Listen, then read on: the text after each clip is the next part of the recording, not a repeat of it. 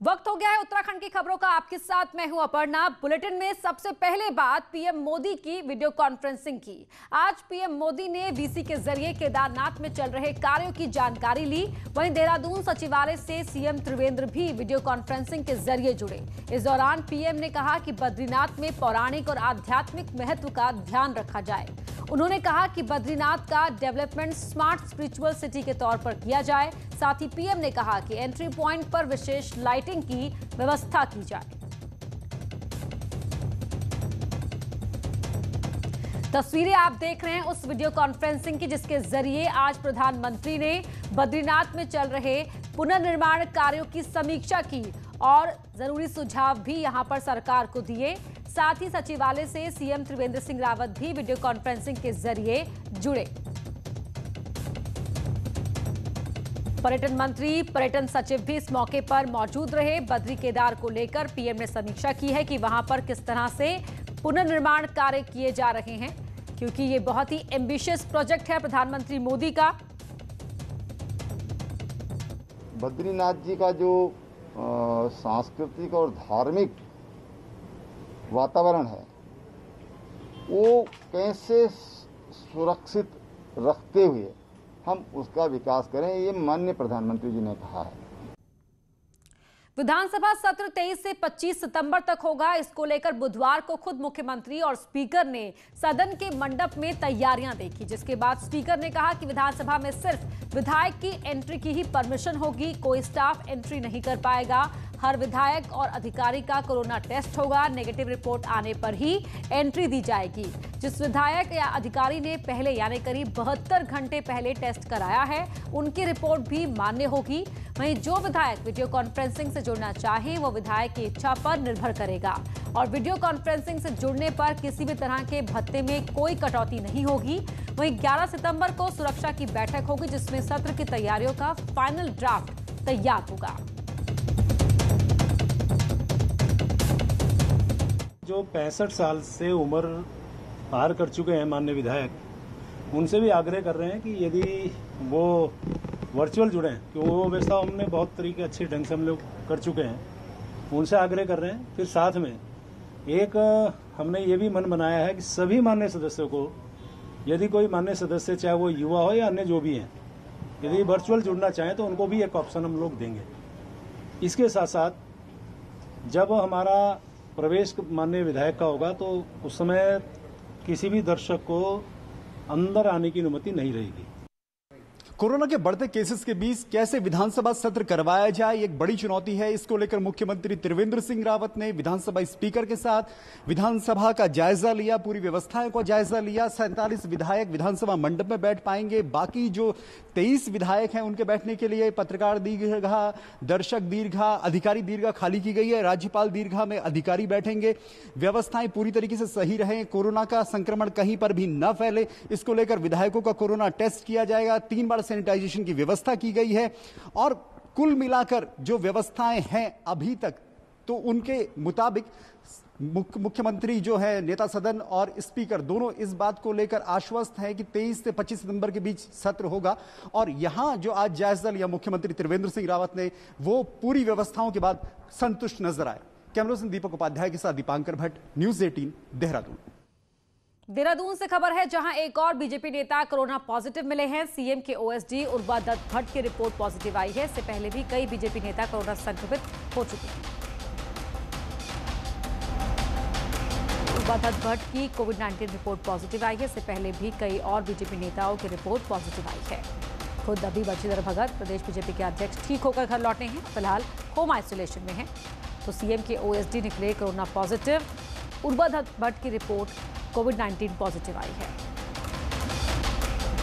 Corona जैसी मुश्किल में थाली, शंख, घंटी बजाने का आह्वान पीएम मोदी ने किया और अब इसी काम को कांग्रेस कॉपी कर रही है। और पूर्व सीएम हरीश रावत का कहना है कि बेरोजगारी के खिलाफ सभी को आवाज उठानी चाहिए और 11 तारीख को शाम 7:30 बजे राज्य के लोगों को घंटी, शंख और कनस्तर बजाना चाहिए। वहीं कांग्रेस की अपील पर बीजेपी का कहना है कि कांग्रेस 2022 में भी कनस्तर ही बजाएगी। भी आप सबके घरों में है नहीं है, तो हमने कहा भाई कनस्तर बजा दो। तो 11 तारीख को 7:30 बजे बेरोजगारी के खिलाफ जितने लोग भी एकताबद्ध हैं वो सब लोग किसी न किसी तरीके से अपना विरोध प्रकट करेंगे और 12 तारीख को मैं भी उपवास पे बैठूंगा। नहीं, नकल करने की कोशिश कर रहे हैं, लेकिन एक कहावत है ना, नकल करने के लिए भी अकल चाहिए। नकल करने के लिए भी कुछ तो आना चाहिए ना। इनके पास तो कुछ नहीं है। एक क्रेडेंशियल होने चाहिए लीडर के। बेरोजगारी के खिलाफ पूर्व सीएम हरीश रावत ने 11 सितंबर की शाम 7:30 बजे राज्य की जनता से शंख, घंटी या कनस्तर बजाने की अपील की है, जिस पर सीएम त्रिवेंद्र सिंह रावत ने चुटकी लेते हुए कहा कि हरीश रावत अब मनोरंजन कर रहे हैं। और रावत जी को मनोरंजन के लिए इस उम्र में कुछ ना कुछ तो चाहिए। और रावत जी को मनोरंजन के लिए इस उम्र में कुछ ना कुछ तो चाहिए। 2017 विधानसभा चुनाव में पूर्व सीएम हरीश रावत को किच्छा से हराने वाले विधायक राजेश शुक्ला ने मंत्री बनने की इच्छा जाहिर की है। दिल्ली पहुंचे विधायक राजेश शुक्ला ने न्यूज 18 से खास बातचीत में कहा कि प्रदेश में अभी मंत्री के 3 पद खाली हैं, जिन्हें भरने की आवश्यकता है और वो भी मंत्री बनने के इच्छुक है। उन्होंने कहा कि अगर कोई भी मंत्री बनेगा तो परफॉर्मेंस देगा और उसका फायदा चुनाव में पार्टी को मिलेगा। मेरा ये मानना है कि अगर 3 सीटें रिक्त हैं तो वह भरी जानी चाहिए। अब मैं आपके मीडिया के सामने ये कहूँ कि मैं इच्छुक नहीं हूँ तो हर नेता इच्छुक होता है, ये तो कहना गलत है कि मैं इच्छुक नहीं। इच्छुक तो मैं भी हूँ, मैंने मुख्यमंत्री हराया है, मैं भी वहाँ से लगातार चुनाव लड़ रहा हूँ, 2 बार से जीता भी हूँ, तो मैं भी चाहूँगा मैं मंत्री बनूँ। लेकिन सवाल मैं बनूँ या कोई बने ये तो हाईकमान को और हमारी पार्टी को तय करना है। लेकिन जो भी बने पद रिक्त नहीं रहना चाहिए, क्योंकि जो रिक्त पद है अगर वहाँ पर भी कोई मिनिस्टर होता तो वह भी परफॉर्म करता और वो परफॉर्मेंस भी हमारी सरकार के और हमारे संगठन के खाते में जुड़ता। दिल्ली दौरे पर पहुंचे बीजेपी विधायक ने कहा कि मेरा दौरा निजी दौरा है और मैं किसी से नाराज नहीं हूं। उन्होंने कहा कि कुछ दिन पहले मेरी नाराजगी मेरे क्षेत्र के डीएम को लेकर थी, जिसे मुख्यमंत्री ने हटा दिया था। मेरी किसी से कोई मुलाकात नहीं हुई है, ना मैंने किसी से मिलने का समय मांगा है, ना मैं नाराज हूँ। हाँ, मेरे जनपद में एक विषय था बीच में डीएम को लेकर के, लेकिन चूंकि मुख्यमंत्री जी ने उसमें उस डीएम को वहाँ से हटा दिया था और विषय खत्म हो गया था। तो ऐसी कोई नाराजगी नहीं है, ऐसा कोई विषय नहीं है। कोरोना काल के अनुभवों से सीख लेकर सत्ताधारी बीजेपी अब पूरी तरह डिजिटल प्लेटफॉर्म पर भी उतरने की तैयारी कर रही है। इस कड़ी में उसने अपने सभी जिला कार्यालयों को भी करीब करीब हाईटेक करना शुरू कर दिया है। सभी जिलों में स्थित पार्टी कार्यालयों को 30 Mbps की लीज लाइन से जोड़ दिया गया है। धीरे धीरे मंडल कार्यालयों को भी डिजिटल करने की योजना बन रही है। पार्टी ने सभी दफ्तरों में IT एक्सपर्ट तैनात किए हैं। धीरे धीरे पार्टी नेताओं को डिजिटल प्लेटफॉर्म के लिए ट्रेन भी किया जा रहा है।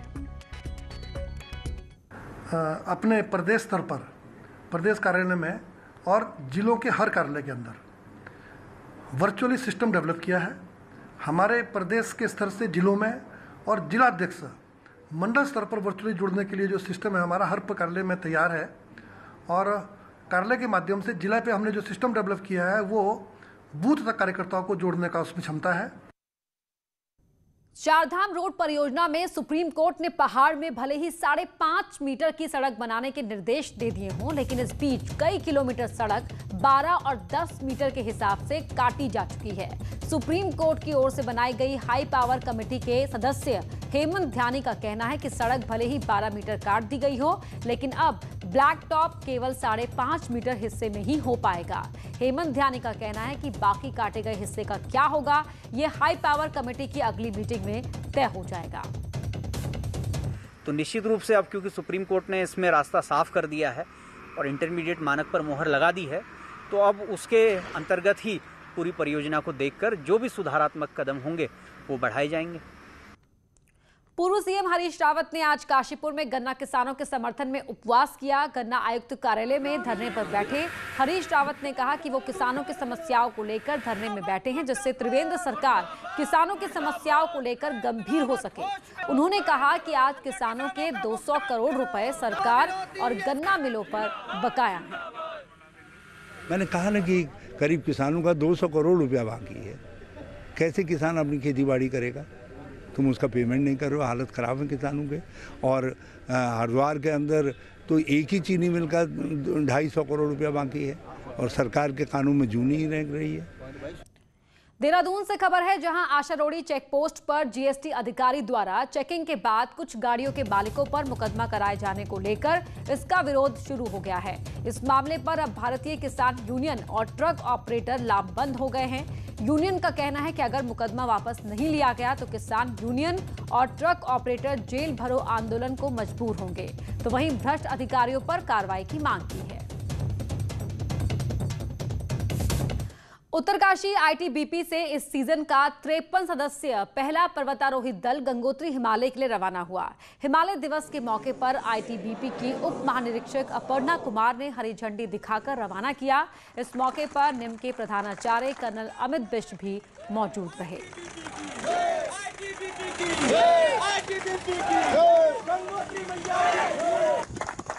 गंगोत्री 2 जो 21,620 फीट यानी 6,590 मीटर की ऊंचाई पर एक्सपीडिशन जा रही है। सेक्टर देहरादून के अंतर्गत 5 बटालियन है। ये बहुत ही हमें बहुत गर्व हो रहा है कि इतने शॉर्ट ड्यूरेशन में इन्होंने जो ट्रेनिंग करी है और इस कोरोना के बाद इस साल का इतना जो इस लार्ज स्केल का एक्सपीडिशन पहली बार जा रहा है, हमें बहुत खुशी है। नैनीताल का टिफिन टॉप पर्यटन स्थल में अब भी मूलभूत सुविधाओं का अभाव है। प्राकृतिक सौंदर्य से इस स्थल पर रौनक तो वापस लौटने लगी है, लेकिन सैलानियों के लिए कोई भी सुविधा नहीं है। यहां आने वाले टूरिस्टों के लिए पीने का पानी नहीं है तो शौचालय भी खुले में ही जाना पड़ता है। वहीं यहां कूड़े के निस्तारण की भी बड़ी समस्या है।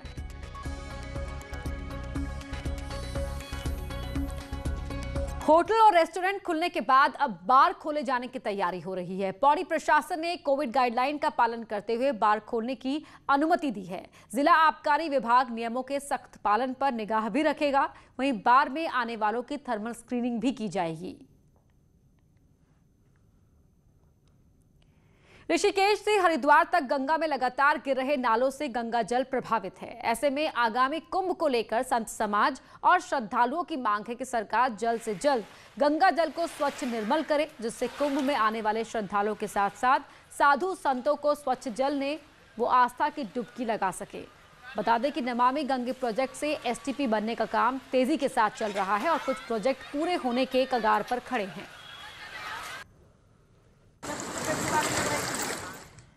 टिहरी झील में एक बार फिर से वाटर स्पोर्ट्स गतिविधियां और बोटिंग खुलने की उम्मीद है, जिससे वाटर एडवेंचर स्पोर्ट्स के शौकीनों और बोट कारोबारियों को काफी राहत मिलेगी। डीएम का कहना है कि नई गाइडलाइन के मुताबिक बोटिंग और राफ्टिंग सितंबर मिड तक खुल सकती है, जिसके लिए सर्वे भी किया जा रहा है कि किस तरह कोरोना काल में इन गतिविधियों को शुरू किया जा सके। वहीं बोट कारोबारियों ने भी बोटिंग खोलने की मांग की है। पिथौरागढ़ विकास भवन को 3 दिन के लिए बंद कर दिया गया है। विकास भवन में मौजूद ग्रामीण निर्माण विभाग में 5 लोगों के कोरोना पॉजिटिव आने के बाद ये फैसला लिया गया। अब शनिवार को विकास भवन के सभी कर्मचारियों के सैंपल लिए जाएंगे, जिसके बाद ही इसे खोला जाएगा। विकास भवन बंद होने से लोगों को भी तय है खासी दिक्कतें उठानी पड़ेंगी।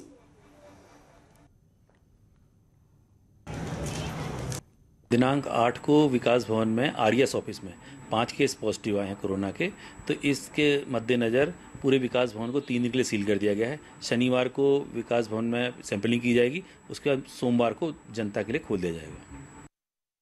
न्यूज़ 18 की खबर का बड़ा असर हुआ है। न्यूज़ 18 राज्य में साइबर से जुड़े अपराधों में मुकदमा दर्ज न होने की खबर को प्रमुखता से दिखाया था, जिसका संज्ञान लेकर अब राज्य में साइबर से जुड़े अपराध पर भी मुकदमे दर्ज होने के आदेश दिए गए हैं। इसके लिए इंस्पेक्टर को ट्रेनिंग भी दी जाएगी।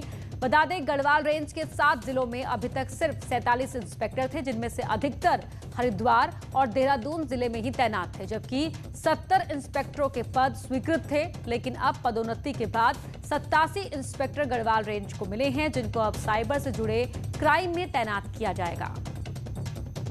हम लोगों ने सभी इंस्पेक्टर्स के सेवा विवरण मांगे हैं जनपदों से, और उसके बाद रेंज स्तर पर एक्सरसाइज की जाएगी। और निश्चित रूप से जो हमारे पर्वतीय जनपद जहां पे अभी भी काफी भारी रिक्ति बनी हुई है इंस्पेक्टर्स की, उसको पूरा किया जाएगा। पिथौरागढ़ से खबर है, जहां 1.5 महीने बाद मिला महिला का शव। बंगापानी के धामी गांव में शव मिला है। 27 जुलाई को मलबे में दब गई थी महिला। ग्रामीणों को खुदाई के दौरान शव मिला। बेटे के साथ मलबे में ही दफन हो गई थी महिला। बेटे के शव को एसडीआरएफ ने खोज लिया था, लेकिन अब जाकर ग्रामीणों को खुदाई के दौरान महिला का शव मिला है, करीब 1.5 महीने बाद।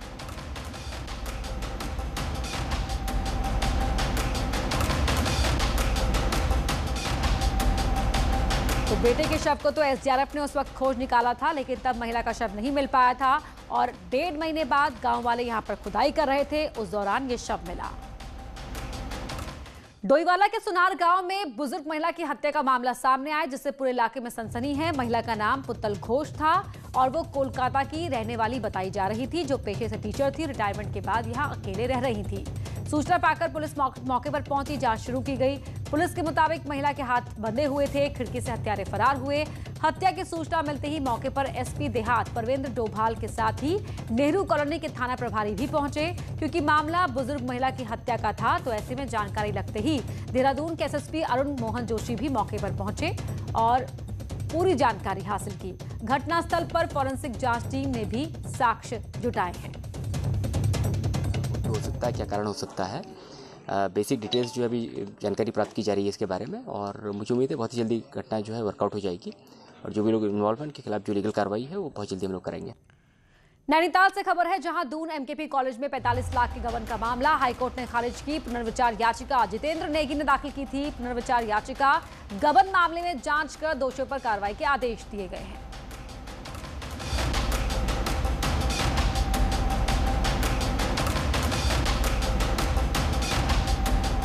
कोटद्वार से लगे यूपी के जंगल में एक युवक का शव मिलने से इलाके में सनसनी फैल गई है। 18 साल का युवक कोटद्वार के झंडी चौड़ इलाके का रहने वाला था, जो जशोदर की एक स्टील फैक्ट्री में काम करता था। यूपी के जंगल में मिले शव को यूपी की मंडावली थाना पुलिस ने कब्जे में लेकर पोस्टमार्टम के लिए भेज दिया है।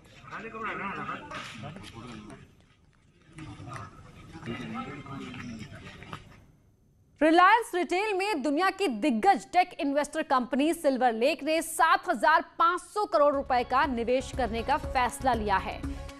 इसके बदले में सिल्वर लेक को रिलायंस रिटेल में 1.75% हिस्सेदारी मिलेगी। इस निवेश के बाद रिलायंस रिटेल वेंचर्स लिमिटेड की इक्विटी वैल्यू 4,21,000 करोड़ रुपए हो जाएगी। सिल्वर लेक ने रिलायंस की टेक कंपनी जियो प्लेटफॉर्म्स में भी 10,200 करोड़ रुपए का निवेश किया था। RRVL की सहायक company Reliance retail limited Bharat के सबसे तेजी से बढ़ रहे रिटेल बिजनेस का संचालन करती है। कंपनी के देश भर में 12,000 स्टोर्स हैं। इस निवेश के बाद रिलायंस इंडस्ट्रीज के चेयरमैन मुकेश अंबानी ने कहा कि छोटे व्यापारियों के साथ एक समावेशी साझेदारी बनाने की कोशिश हमारी जारी है। सिल्वर लेक के साथ अपने संबंधों को बढ़ाने में मुझे खुशी है। हमारा मानना है कि रिटेल क्षेत्र में टेक्नोलॉजी का बड़ा योगदान होगा। वहीं सिल्वर लेक के सीईओ और मैनेजिंग पार्टनर एगॉन डर्बन ने भी रिलायंस के साथ साझेदारी पर खुशी जताई है।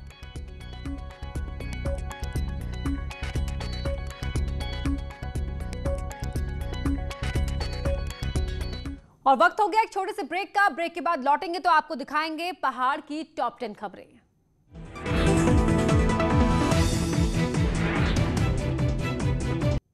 और अब देखते हैं पहाड़ टॉप 10। पिथौरागढ़ के आपदा प्रभावित इलाकों के मुद्दे पर पीसीसी चीफ ने डीएम से की मुलाकात और प्रभावितों को मुआवजा दिलाने की मांग की। अल्मोड़ा में कांग्रेस ने भी कोरोना मरीजों को खाना नहीं मिलने पर जाहिर की नाराजगी और कलेक्ट्रेट परिसर में किया जमकर प्रदर्शन। बढ़ती बेरोजगारी के चलते चमोली के कर्णप्रयाग में कांग्रेसियों ने प्रदेश सरकार के खिलाफ प्रदर्शन कर फूंका सरकार का पुतला। रुड़की में जुगाड़ वाहन लगातार बढ़ते जा रहे हैं और आरटीओ को लाखों का चूना लगा रहे हैं। उत्तराखंड जनरल ओबीसी एसोसिएशन के प्रदेश अध्यक्ष पर कार्रवाई के खिलाफ पौड़ी में कर्मचारी हड़ताल पर रहे। खटीमा में फसलों का भुगतान न होने पर किसानों ने शहीद स्मारक में धरना प्रदर्शन किया। वहीं धरना स्थल पर कांग्रेस नेताओं ने एक दिन का उपवास रखा। खटीमा डिग्री कॉलेज में 4 सूत्रीय मांगों को लेकर 2 दिन से धरने में बैठे छात्रों ने आमरण अनशन शुरू कर दिया है। श्री बद्रीनाथ धाम तीर्थ पुरोहित समाज ने पीएम मोदी को ज्ञापन भेजकर मास्टर प्लान पर अपना पक्ष सुनने का किया अनुरोध।